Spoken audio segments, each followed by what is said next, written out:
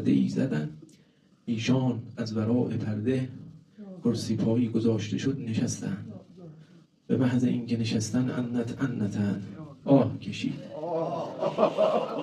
از صدای آه او اجهش القوم لها بالبکا، همه بنا کردن خودشون رو به در و دیوار زدن و گریه و شیون کردن.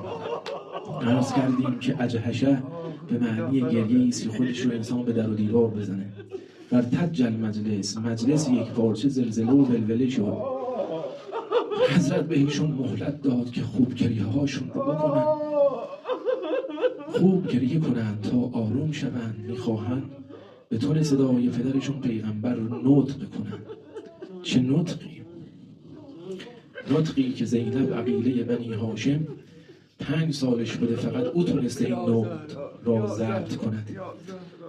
عرض شد که صاحب